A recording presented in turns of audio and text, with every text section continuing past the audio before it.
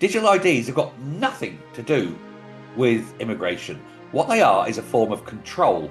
Anything Blair likes is immediately rejected. Communists love ID.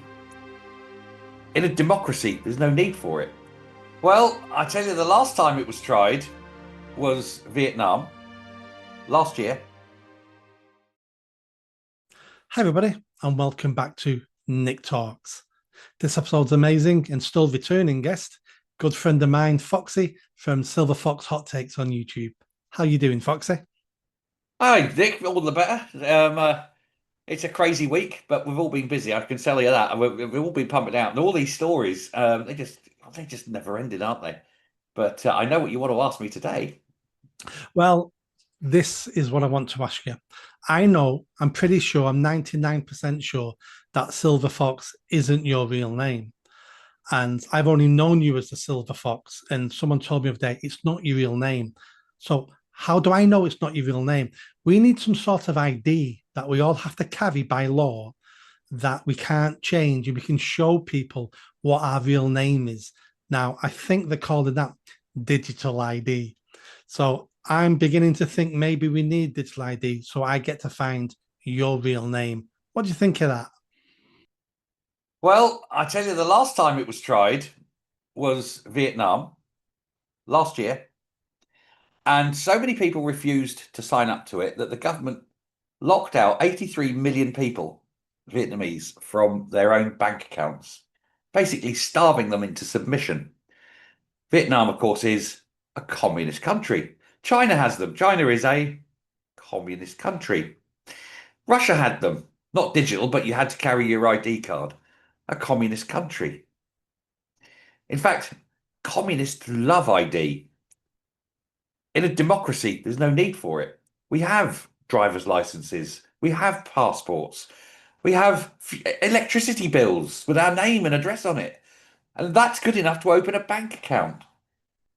Of course, this has got nothing to do with ID. They are lying. They're saying it's going to help us stop immigrants. No, it's not. If you want to stop immigrants, you put the Navy in the channel and push the boats back. That's what stops immigrants. Or you go and arrest them and put them on the first plane out, wherever it's going. That's what stops immigrants. These digital IDs aren't for that. The government think digital ID is going to help us control illegal immigration, and the people who are illegal immigrants film themselves throwing their IDs away. No, the government don't think it's going to stop illegal immigrants. What the government think is we're stupid enough to believe that that's what's going to happen. They think we're dumb, and they think we are so stupid as to believe everything they say. Digital IDs have got nothing to do with immigration. What they are is a form of control, social control. They will monitor who you are, where you are, what you're spending your money on, what are you doing 24 hours a day, 365 days a year. You can't buy that piece of meat because you've already had two pieces of meat this week. You can't go on another holiday. You've already had a holiday this year. You can't leave Area 5 because you've been assigned there. Stay inside your 15-minute ghetto. If you're outside, papers, please. Or should that be Papieren bitte? As the Stasi turn up and demand to know why you've dared to leave your area. What are you spending your money on? Why are you buying that? That's what this is. It's complete and utter coercive control. And then, wait, we're putting your rent up now because you said something on social media that the government didn't like. That's where we are. That's why I say everybody must reject this plan. Say no, do not comply. We do not comply should be on our lips. And we tell this government to GF themselves. Yeah. A decade ago, I would have disagreed with you.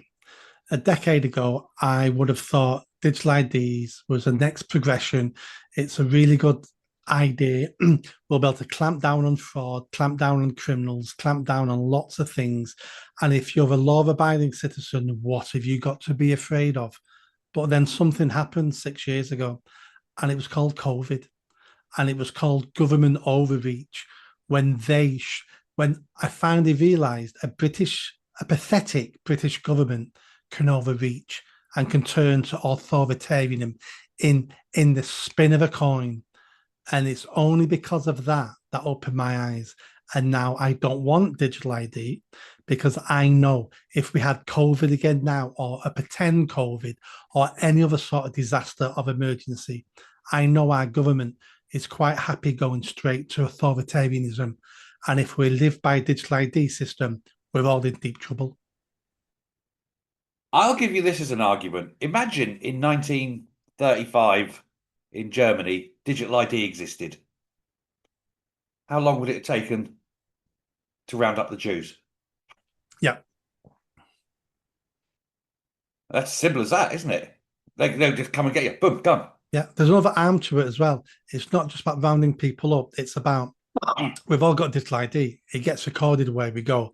I know that someone now knows that me and you met in a pub, or me and you were in the same location for 15 minutes at the same time, and then you left there, and then you met these other. It's a tracking system as well. There's no freedom whatsoever. Yeah, but at the That's a moment, tracking system. the government doesn't have full control over them. Uh, did you get the little emergency message? Yep, They've got control of your phone. they've got part control. I see where you're going, and I agree, and we need to stop that. And they're tracking you. Yep. If this was but you're right. If we get proper digital ID, all our worst nightmares come true. Because the digital ID will be held on your phone. And they're already tracking where you go, who you're meeting with. Oh, look, me and Nick. Oh, we stood in the same room. We had a conversation undoubtedly for 20 minutes and then we went away, as you say. They know that. Yeah. It's scary. I wrote an article a few years ago, so it might be about out of date now, on the system in China, the social credit system. And I wrote that based on Wikipedia and articles and stuff I found online. And it scared me. I couldn't believe what I was reading, what's happening in China.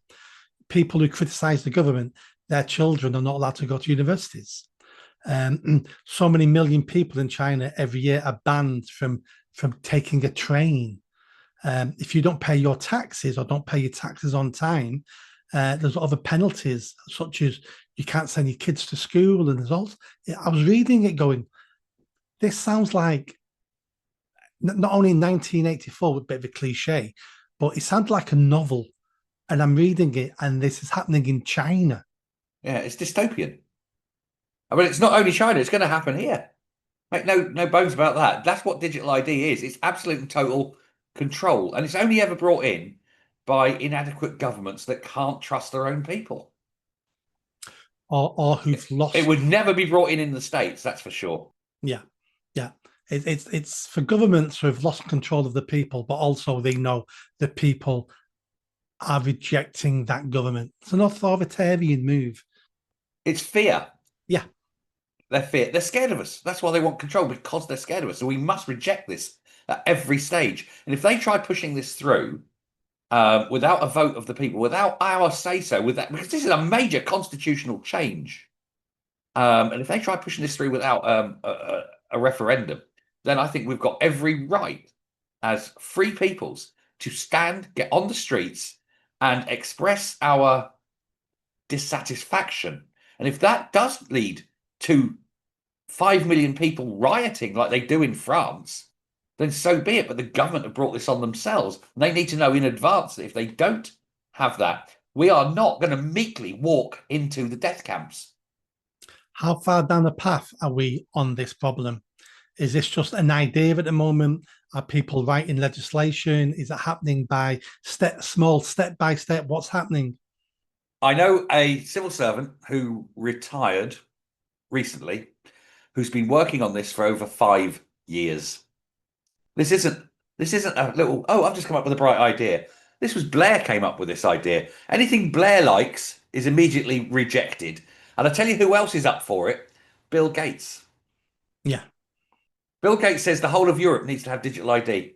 He can't get it in America. He knows America would just reject it and shoot. You know, they've got 20 million guns or 200 million guns or something. But he knows that they'd never get it in America, he said, but he wants the whole of Europe first. And then just spread out like cancer. But if Bill Gates likes it and Tony Blair likes it, we've got to say no, haven't we? That's the standard rule. It also means that the Tories like it. Anything Blair likes, the Tories like, and the Tories, again, 5 years ago, this again, the Tories started implementing this. It always come. It might start with Blair, but the Tories always do whatever Blair wants. Implemented under Tories, although Jenrick is coming out now, the next leader of the party, technically the current leader, really, isn't he? He's coming out now and he's saying, no, we're abandoning it. This is a terrible idea. Whoever came up with it probably had one thing in mind, but it's been warped and twisted, he says. No, it was that from day one. Make no bones. These people, again, it's power and greed, and they don't want to lose it, and they hate us. They loathe us. So we've got to take the power back. Power is never given, Nick. Power is always taken, and we need to take that power. I don't think this has got a chance in hell of getting through in this country, mainly because of COVID. We all, not everybody, but many people remember COVID. Many people remember the overreach. And I don't, those people, about a third of the country, I reckon, will go, no. If COVID hadn't have happened, it won't matter, Nick, because they're going to push it through with their huge majority. We're not going to get a say. It's just its thing. That's it. It's the law. But you don't do it. You just reject it. How many people will leave the country? I tell you what, I'm lucky. I've got an Irish passport. I'm an Irish citizen now. So go screw yourselves. Not you. I mean, politicians. Go screw you. I'm an Irish citizen. I'm not a British citizen. So I'm not having your stupid bit of British plastic or my stupid ID on my phone or anything as an Irish citizen. So fuck off. Wow, I'm gonna have to do some reading on this. Because this is scary stuff. It's frightening. It is scary stuff. People think digital ID just means you've got an ID that you can show people, You've got one anyway. Yeah, but you got one anyway. You got a driving license. Yeah, but we've got that. We've got enough ID. We don't need any more. And this is about control. Yeah, this is nothing to do with ID. It's all about control, Nick. Yeah. Yeah. Before we go, let's touch on the Tories because you said something that triggered something in me then. Kemi's gone. I don't think they'll elect Jenrick next. I think it'll be James Cleverly. He'll fail, and then the Tories then will go, oh, it wasn't Kemi's fault because James has failed now. Maybe it's our policies. And I think after the next, not Kemi, the next leader, after that, they may look at Jenrick. I don't take it that way. I think Jenrick is by far and away the favourite within the party. Within the party, but I don't think are they going to be consulted? Or will it be a done deal at HQ and the MPs? I have a feeling it will be a coronation. I don't think anyone will stand against Jenrick. They don't want that dragged out. If Kemi's ousted, they won't want a damaging party splitting fight. They'll want someone done. It'll be Jenrick. I reckon Jenrick will be crowned the leader. If that happens, that's the worst thing that could happen for Reform UK. Because he's popular. Yeah, only a re-emergence Tory party on the right. And Jenrick's slowly winning me over. I'm on about 5% now. A year ago, I didn't believe a word he said. I was on 0. He's built me up to 5% now.